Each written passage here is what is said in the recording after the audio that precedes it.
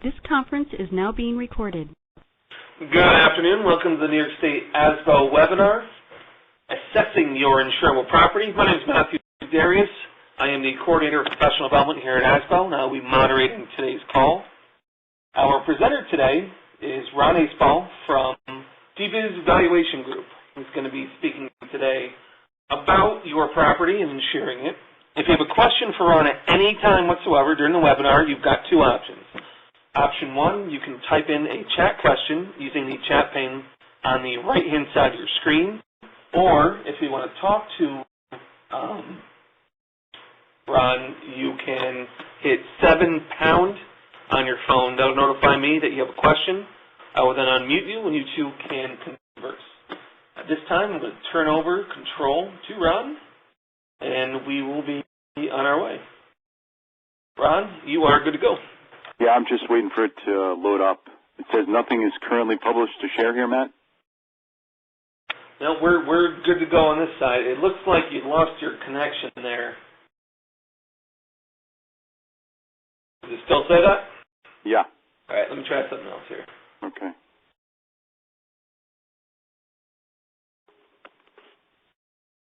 Yeah, it looks like you lost your connection there for a minute.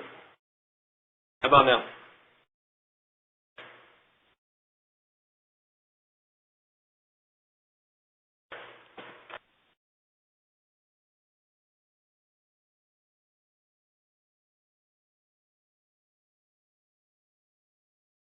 Are you still showing a blank screen?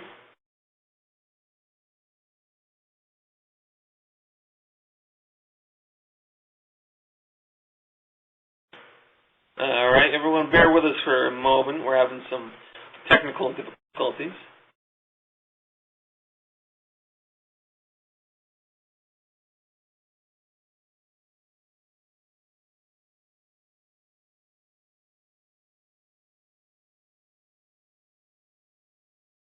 Ron's having some phone issues. He'll be right back on in a moment.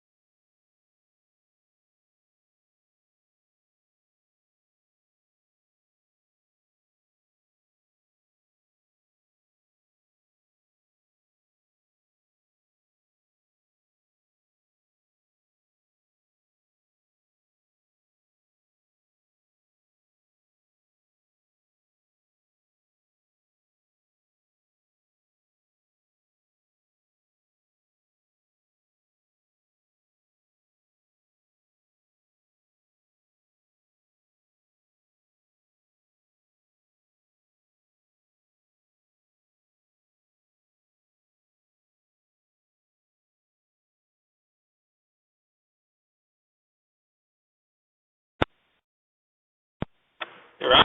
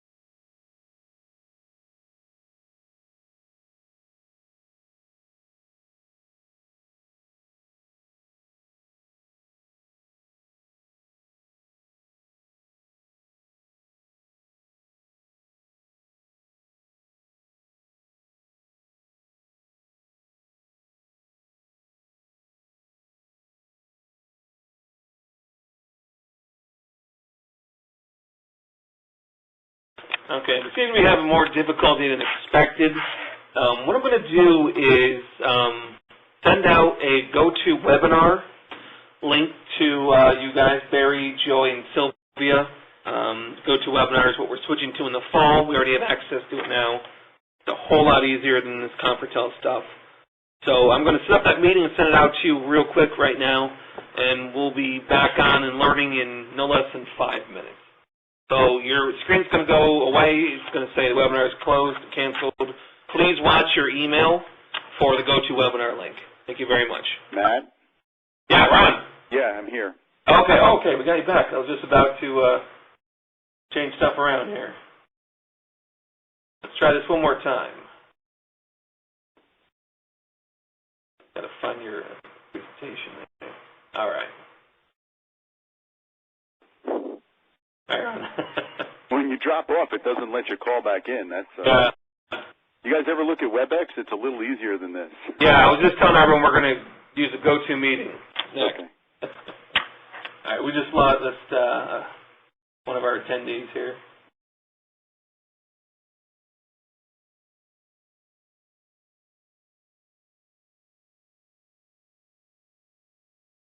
All right. Yep. Can you see everything on the screen now, Ron? Yep. All right. Let's go ahead and try that now. Everyone stay where you are. Ron, go ahead.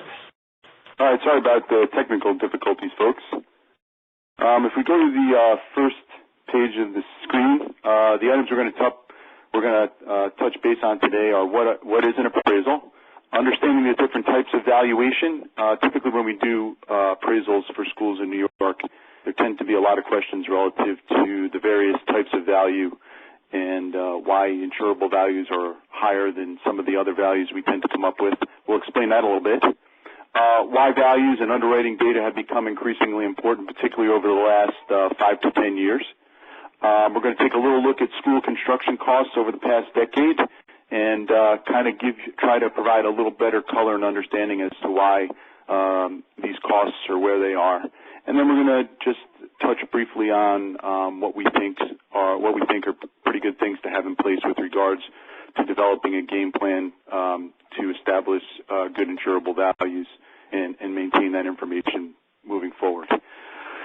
Just for descriptive purposes, there are the two definitions of appraisal and valuation on the slide. And the reason why they're there is that it's pretty important to understand that developing an appraisal is really an estimate of worth.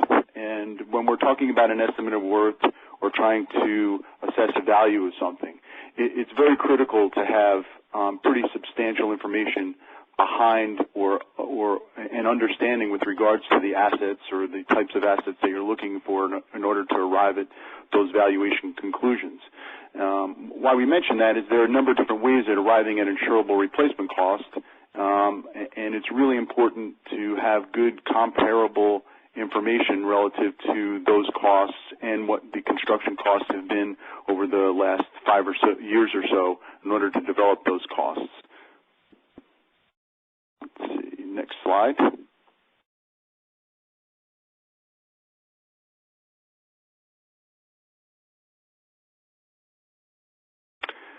Appraisals are done for a number of different reasons. As I mentioned earlier, first is looking at determining to establish value. The other component that's really evolved, particularly insurance valuations over the last 10 years or so, is addressing uncertainty. And by that we mean we're not just collecting data relative to cost. When we're doing an insurance valuation, or any valuation for that particular for that particular matter, what you're looking at is trying to address uncertainty. You're looking to collect and verify information, which we'll talk about a little bit in a minute. But with regards to insurance valuations, what you're looking at is collecting supplemental data relative to construction, occupancy, protection, and exposure, and all different information relative to the risk. To give you an example, you may be collecting distance to fire station or distance to coast. All those things that help address uncertainty from an underwriting or reporting perspective. More importantly, what you're efforting to do by collecting all this information is to protect your position as far as that asset's concerned. So from strictly an insurance perspective, what you're trying to do is give the underwriter, your insurance carrier, and your insurance broker relative information with regards to the type of exposure or property that they're underwriting moving forward.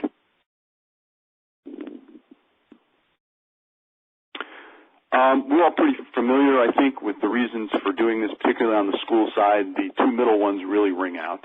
But there are four main reasons for actually doing a property valuation. One would be a financial transaction for a buy or sell.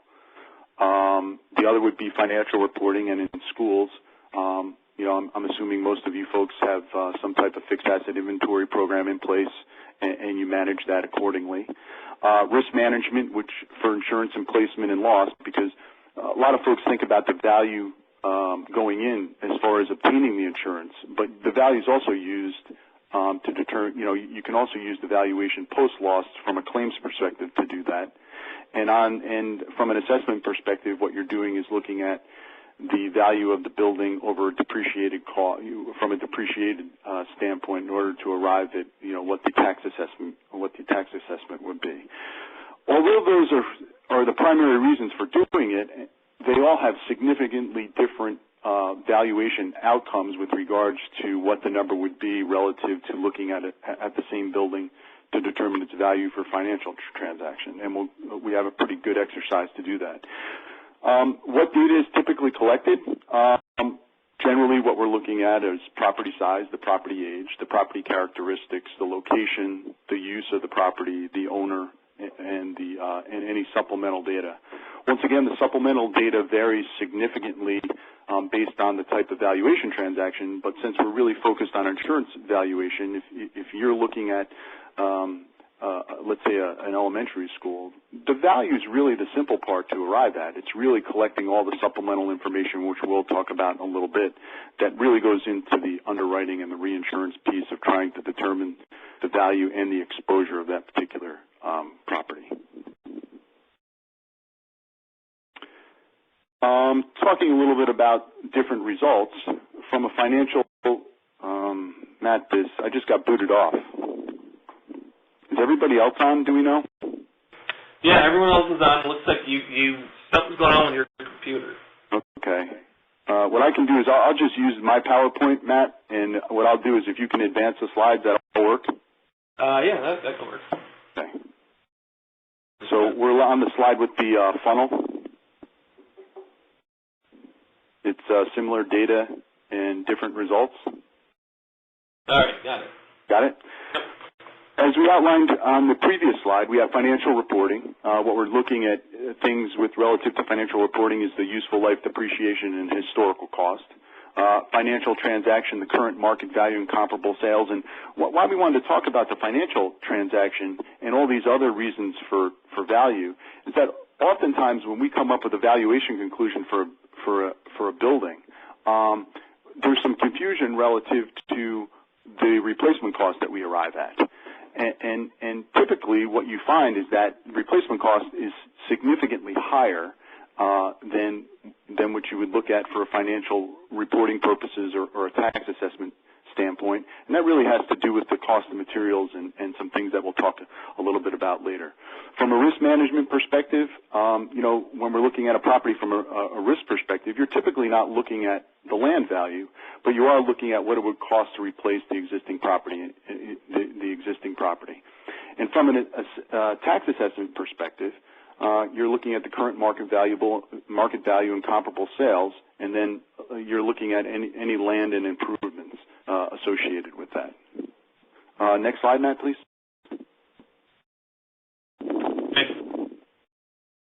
All set? All set. And this little exercise, I hope, will give you folks a fairly decent understanding about where we're, how these different types of value impact, how these different types of value have an impact on the same type of building. What we have in front of us here is a generic, simple building. We have a 30,000 square foot building built in 1995. The property characteristics are a two-story brick. It's a performing arts center, and the supplemental data, as we've talked about a little bit earlier, can vary significantly depending upon what the application is. If we could turn to the next slide, Matt. Okay, we're good. What we have here is a that representative building being broken down into the various layers of value based on the reporting requirements.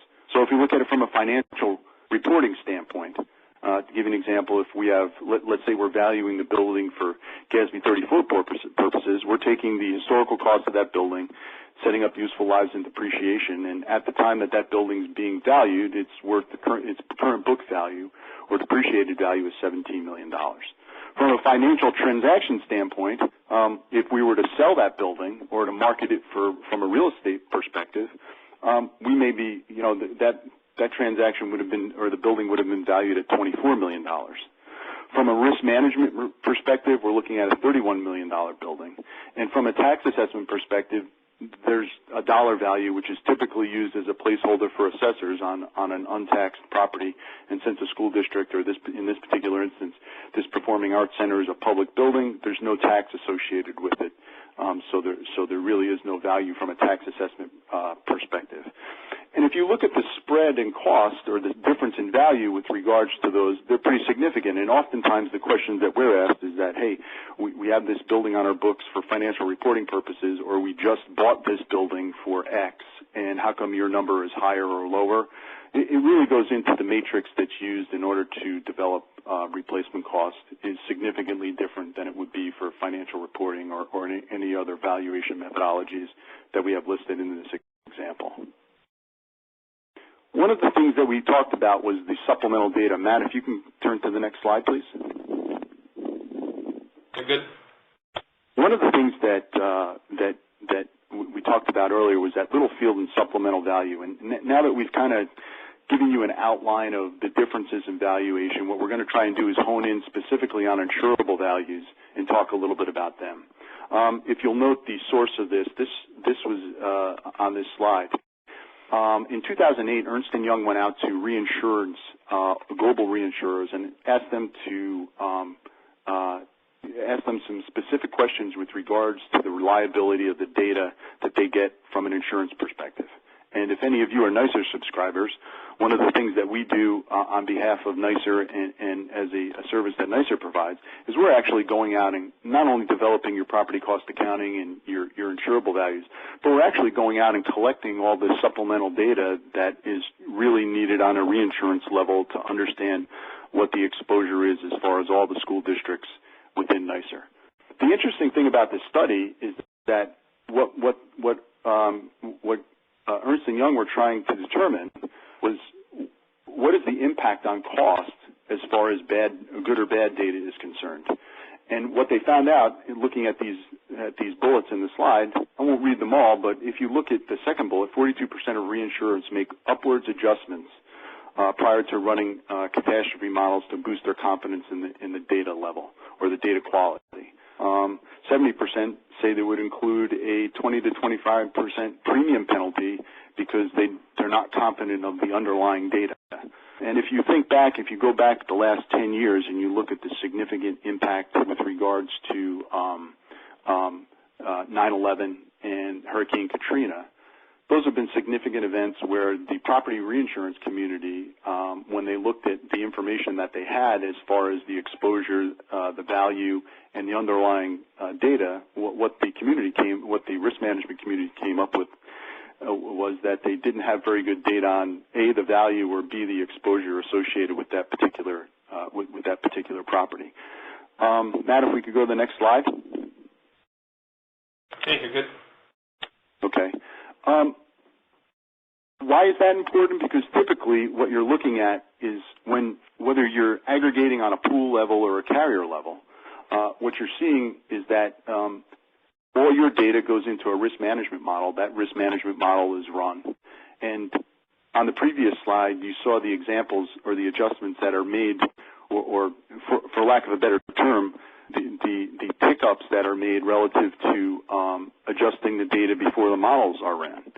If you look at this next slide, these four bullets speak specifically with regards to how the uncertainty of data directly impacts the information that you get.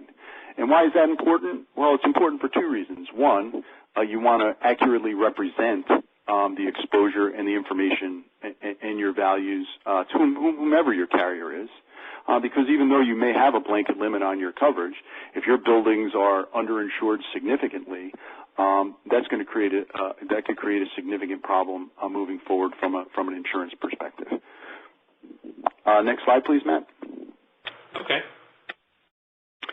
Once again, sticking on the strong data collection and confidence issue, when insurers were asked, 75% would consider offering premium credits of 5 to 15% to a cedent or someone making a submission who can demonstrate strong controls and policies via an independent report. What that essentially means is that you've gone out, you've went through the expense or engaged an appraiser to come out, gather your information, not only do the appraisal, but have some means of updating that information going forward on an annual basis. And then meeting with your broker or your NYSER representative or whomever it may be and making sure that they have that information. A lot of times what we see in the updating of school districts' fixed asset accounting and insurance reports is that the school district may go through the exercise of updating their values, but they never provide that information in a timely manner to the insurance carrier, which tends to be problematic, and we'll talk about that in a little bit. The biggest number is the last bullet. 92% agree that if a cedent, once again, or a submission used strong collection, enhancement of data and maintenance controls, the risk would be more attractive to them. What does that mean? The more information you have, the better off you are from an insurance perspective. So if you are bidding or putting your insurance out to bid, having a detailed flow of information to give to that underwriter is going to look at that piece of information and say, hey, wow, these guys have their act together. They have their appraisal reports. They have all this supplemental information, as opposed to maybe just a spreadsheet with a guess at what the replacement costs are of your facilities. Next slide, please. Okay. RMS 11, if you're not familiar with that, RMS is one of two risk modeling tools that are used by the insurance industry. Risk Management System 11, the 11 refers to the year that the model was put out. And to give you an idea of how important that this data has become, in 2010, what the insurance community did is they looked to RMS, and they asked them to, what RMS did was come up with a new model relative to all the exposure information that they had. And like I had mentioned, for the last 10 years, what had happened was there was very little confidence in the exposure information relative to the supplemental underwriting data. So what RMS has done is they've developed a system where what you're doing is now collecting supplemental information. And on this slide, this gives you an idea of some of the additional supplemental data that you might want to collect with regards to RMS. Why is that important? It's important because all that they're asking for is to hone in on the different exposure relative to a property. Give you an example. If you have a high school on Long Island or in upstate New York, and you know that it's going to cost $35 million to replace the high school, and that's all you know, that's problematic from an underwriting perspective, because what it doesn't tell the insurers, it doesn't tell how far it is from the coast, or what type of roof does it have, all things that are used in risk modeling, in a sophisticated risk model like RMS, to determine what the exposure would be as far as that particular property is concerned. Why is this important? It's not really important on a day-to-day reporting perspective from a school district, but one of the things that's collected, that we collect in the NYSER program is this data, because what it does is it has an impact on cost with regards to the exposure of those particular properties. Next slide, please. Okay. This is just, if you've had an appraisal done by anyone, this is just a pretty standard appraisal report.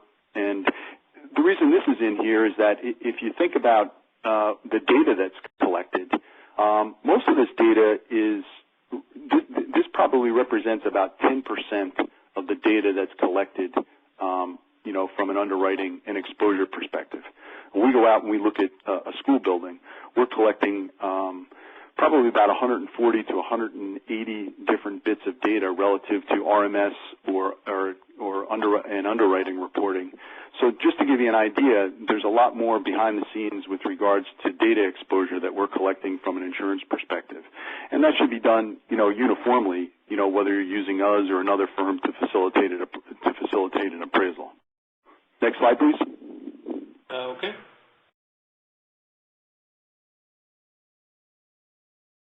You're good to go. Okay. How can construction costs and replacement costs be different?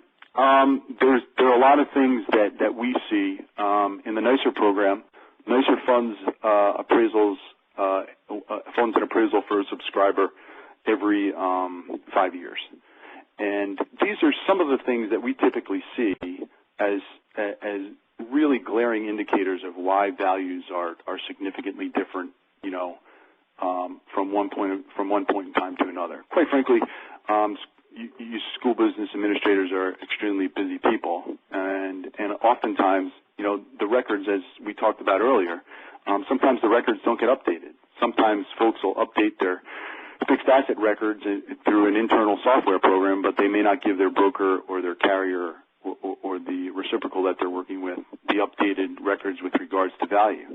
A lot of times we see that people account for capital projects from a property cost accounting standpoint and an accounting standpoint, but they won't report that information to from an insurance perspective, and that's pretty important. We were just talking with a school district the other day who wanted to know why we had completed appraisal for them, and they wanted to know why their building values had increased by 37 or 38%. And when we pulled the records, what we did is we were able to show them that they had about a $22 million capital project that they were reporting perfectly for fixed asset accounting purposes, but that had not migrated over to their insurable values, and we see that. You wouldn't think so, but we see that oftentimes. Also, we see people conversely over-reporting capital project stuff. If you resurface a roof or do an energy management project, sometimes folks will report that, and that typically doesn't necessarily have an impact on your insurable values. We see oftentimes people reporting the wrong value. We had a client that we recently worked with that was providing depreciated book value from their property cost accounting system to their insurer. So what they were essentially doing is insuring their property at 50 cents on the dollar, and when we came in and did the appraisal, their appraisal values doubled. And once again, when we looked at what the history associated with that was, it was really just picking up the wrong values and using the wrong values from a reporting perspective. Oftentimes, too, it's very important when you're engaged an appraiser to ask a couple questions. The first question is, what's the source of your data? What we've seen is that there are a number of firms in New York State running around doing appraisals that really don't have a great understanding of some of the construction issues relative to schools and capital projects in New York State. And typically those firms are using a system called Marshall and Swift, which is a national cost estimator. And what they're doing is they take that national model and they're making adjustments based on zip code and coming up with a replacement cost. Marshall and Swift is a great product. It's not such a great product when you're trying to do unique buildings such as schools. Schools are unique for a number of different reasons, but particularly in New York, there's some significant issues relative to construction costs in New York that if an appraiser is just using a national construction index model to arrive at your replacement cost, they're going to overlook some pretty significant things. So when you do engage your appraiser, read their proposal or just ask the representative, say, hey, listen, how are you guys coming up with these values? Because that's pretty important to us. And then when they do come up with the values, ask them about it or compare it to capital project work that you have just to make sure, or hand those appraisal reports off to your architect or engineering firm and ask them to look at them and see if they're supportable. Because that's really important that that's done, and we'll show you why in a second. Next slide, please, Matt. Okay, you're good. All of you folks in New York are familiar with the impact of Wick's Law, and in doing this research, there was a study done back in 1991 by by the American Council of Engineering Companies of New York. And what they were trying to do is get an idea of what the impact on public construction projects in New York State had with regards to Wick's Law.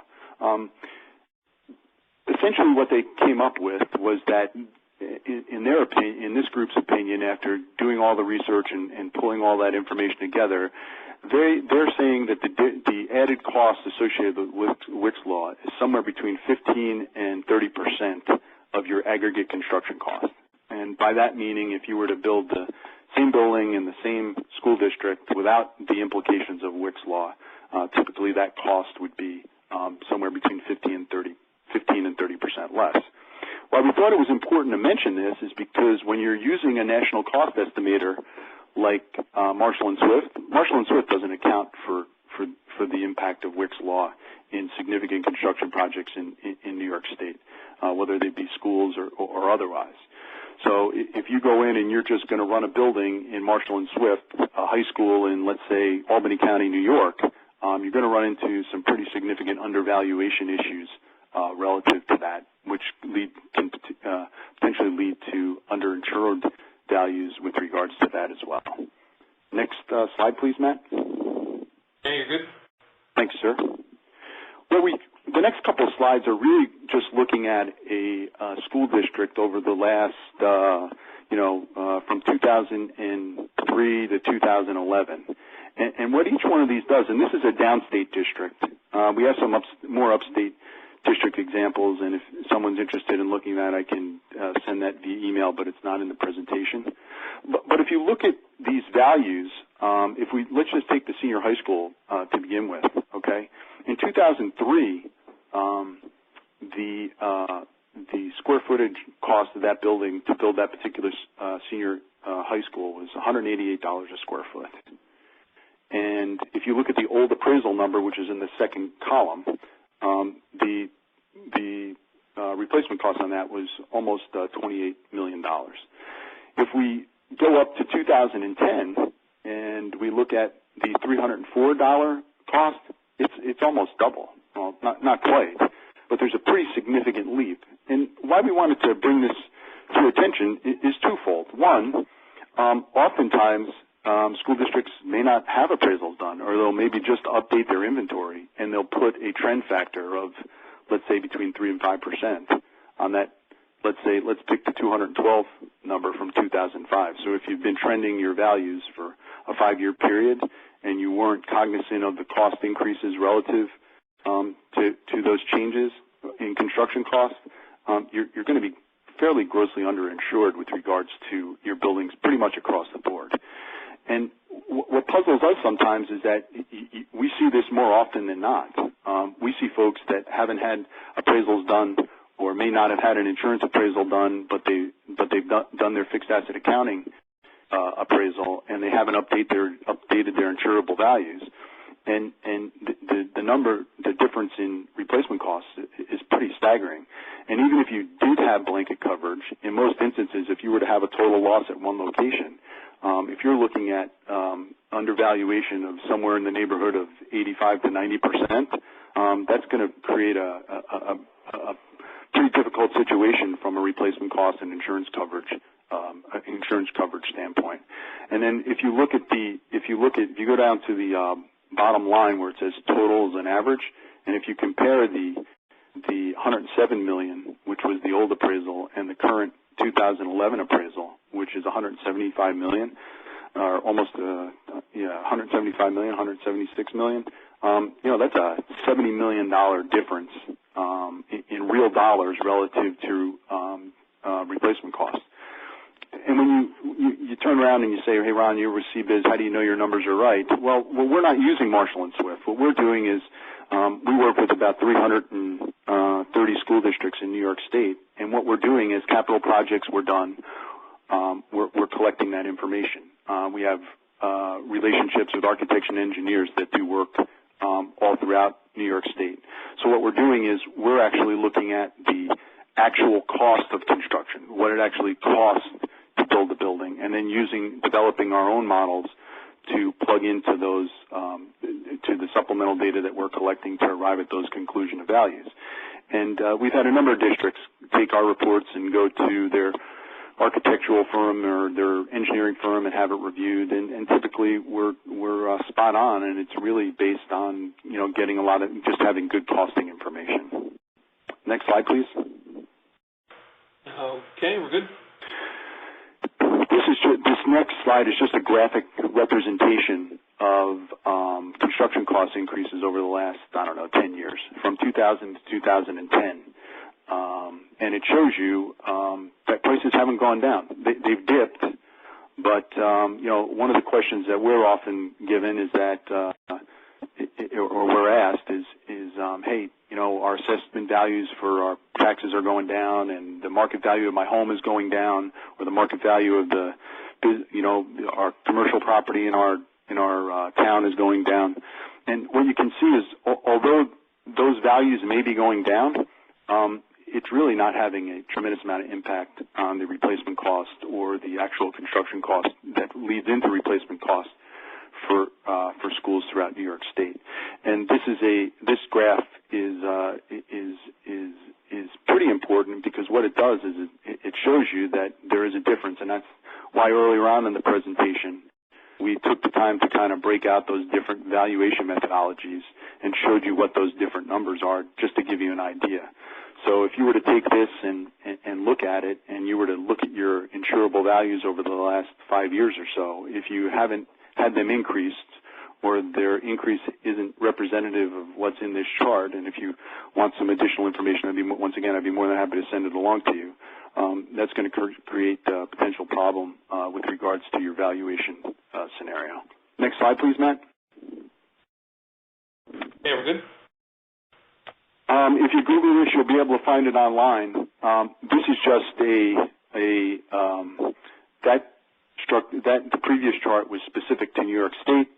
This is the median square foot cost increase, which is out of the National School Construction Guide that's published annually. This shows you what the costs were on a national basis of the median square foot cost up through 2010. So what you can see is that this is not unique to New York. This is a national trend.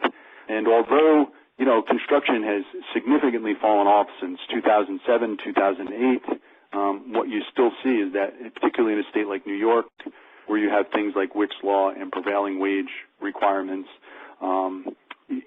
your construction costs may be a little flat, but they're significantly not going down as many other valuations have been. Next slide, please. This is just the same slide, and being school business administrators, I think you guys are looking at that. What this does is it breaks it down by cost per student, just a different way of looking at the number, showing you that even if you break it out by student, that number still increases. There's some really good reasons for that. You're building nicer schools. The school I went to in New York looked like an institutional building. A lot of new school buildings are beautiful campus-style facilities. Typically, one of the things that adds to cost is that there's actually more per square foot per student that's being built, whether it's in new construction or renovation, which increases the cost. But there are a number of different drivers with regards to why those costs, and we'll talk about that in a second. Next slide, please, Matt. Okay. Aside from Wick's Law in New York State, and this is a national issue, probably the biggest driver in construction costs, whether it's school or anything else, but specific to school, is the cost of a barrel of oil. So when you think about benchmarking construction costs moving forward, and you say, hey, our assessed value or property values or whatever are different, what you can pretty much do is if you go back and benchmark the construction costs, and you put that graph right next to a graph of a cost of a barrel of oil, they'd be very similar. So if we were to lay that top graph over the graph that we had in the previous slide, what you're going to see is you're going to see that mirrors, they're pretty much mirror images of one another as from an indexing perspective. So you say, Ron, why is that? Well, as we have here, everything on a modern construction site today is either manufactured, transported, or erected using oil, and most of the materials that are on your site are either petroleum-based or petroleum's used in order to generate them. You know, whether it's brick, concrete, excavators, electric, plastic, roofing, or whatever the case may be. All those cost indices and all the costs for those materials are specifically tied to the cost of a barrel of oil. Labor costs, which you folks are aware of, particularly with Wick's Law, you know, you have prevailing wage requirements, and you know, so unless those are adjusted, typically those costs are fixed and real costs. Now, we've had some folks come back to us and say, hey, you know what, Ron, but I just had this renovation project done and the bids were significantly lower. Typically those projects we find are smaller dollar projects, and Wick's Law does have thresholds with regards to what you need to conform with regards to the size or the dollar value of a particular project. But when you're looking at, you know, breaking ground and constructing or renovating and then constructing, you know, all these costs are specific to that. Building codes, you know, ordinance and law exposure issues. You know, if you go to renovate a building, you may have had a cafeteria area where back when the school was built in 1970 it was fine, but now you have to move things around. Those are all significant cost drivers with regards to that. And then operational and licensing requirements, which really isn't a big deal, but it does have an impact on construction costs moving forward. Next slide, Matt. Good to go. Just in closing, I think probably the most important thing from an insurance valuation perspective is to develop a game plan. And by that we mean implement a program that's simple, but at the same time gives you the information that you need. If you already have an appraisal firm and they have software and you're using that to update your insurable values, fantastic. But make sure that the care that you take to give your auditors the updated values, we would encourage you to take that same care to give your insurance carrier the updated values with regards to capital projects and things along those lines. We see it quite often, and it's not unique to schools, but oftentimes folks don't pay too much attention to the values relative to their insurance exposure, and it's really important that you update that. Once you have the appraisal done, it's really important to have a pretty good methodology with regards to updating it. Some people use appraisal firms, some people do it all in-house. It doesn't matter really how you do that. Just know that you have a plan and know that it's being done on an annual basis. When you go to renew your insurance, ask your insurance folks, hey, where are these numbers coming from? You know, are they realistic? You know, if you've had an appraisal done, as I mentioned earlier, you know, shoot the numbers off to your architect or engineering firm and say, hey guys, are these numbers, you know, fairly accurate? And if they are, great. What you've gotten is you got a source proof that you know, that could help you out with that. And if they're not correct, you may want to look at either engaging an appraisal firm or getting some assistance with regards to updating that moving forward. You don't need to spend a ton of money to do it either, folks. Most of the school districts that we update within the NYSER program are, you know, paying under $1,000 a year to have their values updated and get the updated insurance reports, which we send directly to NYSER. So if that's something, you know, if you're not with NYSER, it's one of the things you may want to reach out to your appraisal company and say, hey, listen, it's really important that we get a copy of this, but it's also important that our insurance carrier gets a copy of this too, because essentially it's one less thing for you folks to do. What you probably should also do too, and I think many of you folks do this for property cost accounting perspective, but at least you should have an on-site appraisal or review done every 5 years. As you saw in some of the data that we went over before, if you're just trending things for more than a 5-year period, you're really not keeping pace with what some of the issues are as far as construction costs, either going up or down. And with regards to that, you should probably, you know, have an appraisal completed and every 5 years. Are there any questions? If you have any questions for Ron, you can use the chat window on the right-hand side of your screen, or, you know, there's only 5 of you, so go ahead and hit 7#, and I'll put you right through over the phone. We'll give you a couple of seconds to go ahead and do that.